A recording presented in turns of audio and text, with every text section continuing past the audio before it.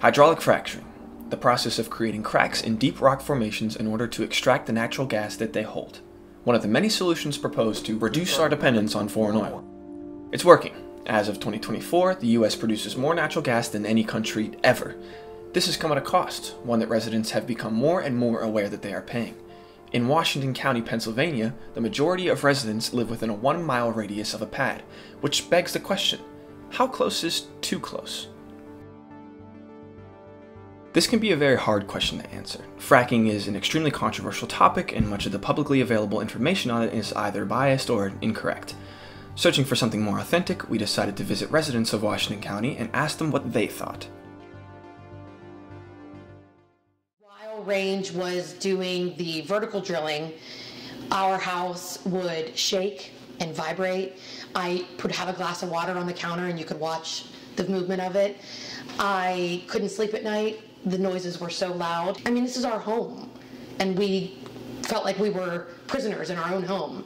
We dealt with water trucks, major sand cans, traffic going 60 miles an hour right in front of the house. A house built in 1877 rattled our house.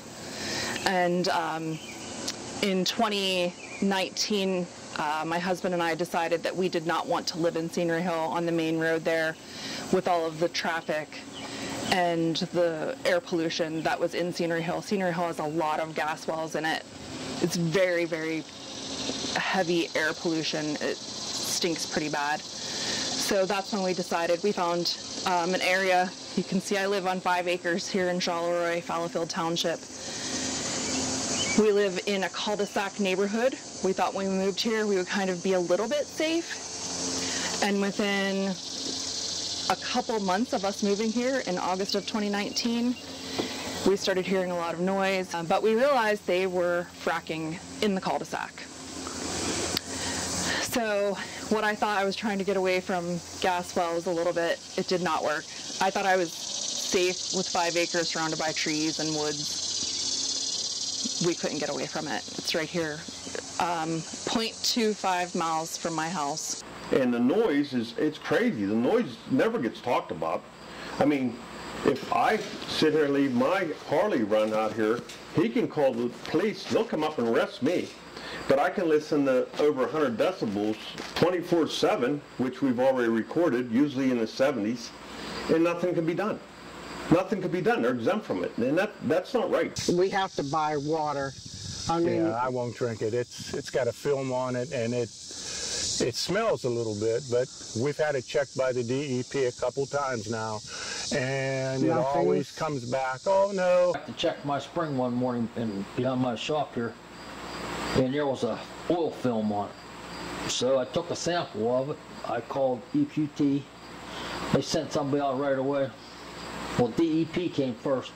Instead of them taking the sample out of my spring, they took the sample out of my water tank, which made no sense at all. You know, they could have came and scraped that off like I did and put it in a jar. It is nice and clean right now. It's what it is. It's oil. You can see the oil. It's oil. But no, the water's clean. I'll shake it up for you. Look at it. It's supposed to be clean. The one time we called the DEP, I called them. They came up.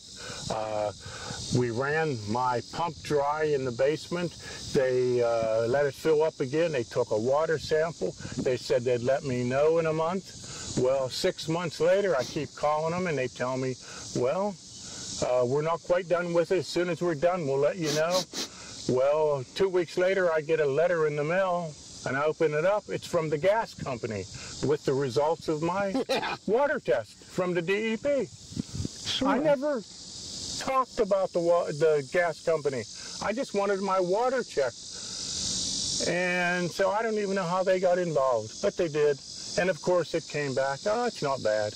And then they build these things, oh, you're going to have jobs. Wait, there are no jobs. No. These are all robotic. Yeah, the compressor station has 0 people working at it. A functioning well pad has no employees. There are no jobs with this stuff. Yeah, once they're built. Once they're built. And the only jobs that are left are things like cleaning out the radioactive sludge from the pipelines and the brine trucks. And Well, that's then, a deathly job. I know right here, there's a hill with a gas well on it, and I would see like a flickering light in the middle of the night, or just like a red light, or I'd see flames, and I'd be so confused on what it was, and I was like, what is that thing doing in my backyard?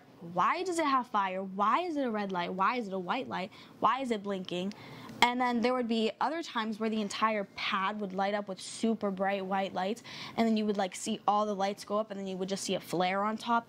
They offered us to stay in a hotel, but I have a husband, 3 kids, and 2 cats. That's not really an option. We can't share a hotel room. We can go on and on and on about all of the rare cancers and diseases and neurological issues, kidney cancers, brain cancers. We can go on and on with all of the people in this area. About twice a month, we can be upstairs in our bedroom, and I'm looking out the window and I'll see this big, I don't know if it's smoke or if it's just some kind of fumes that they set off. We can't open a window. I haven't had a window open here since this plant got built because they let out these fumes every so often. And I have terrible breathing now. I'm on an inhaler. My wife's on an inhaler. She's had 2 open heart surgeries.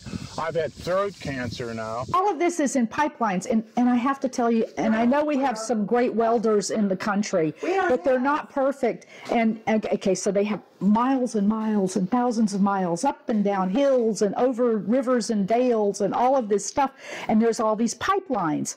Okay, well, unless the weld is perfect and holds for the all infinite time, okay, which doesn't happen, those wells leak. Okay. They're going to break and they're going to leak, and then they're going to come up in your, I don't know, water. The road, there's constant traffic, constant fracking traffic, and I'm talking about big diesel trucks hauling irradiated water, whether it be sand or whatever other materials they need to complete the fracking process. They deliver it, and it's usually shipped on my road, and it's very loud almost all the time. But I just know that it's pitiful that I can't have a window open in my own house because of the smell. And this, and we have a noise maker in the when it goes to block the noise from there, even with the windows closed. She runs a fan winter and summer, and we have a noise maker so she can't hear this humming at night. Range has asked me what they can do, and continually my answer to them is finish what you're doing and don't come back. I don't want you back here. It should not be this close to people's homes. Dale helped us. Dale helped a lot. He'd call me. He says, hey, they're coming, DEP's coming on the road today. He says, make sure you're home. I said, okay, I'll be there. Dale definitely, when he became supervisor, he worked for it. He cared about the residents. If there was a problem, I've talked to Dale on numerous occasions, noise related, whatever spills, and Dale was definitely did what he could to do something. And I can't say that about any of the other supervisors.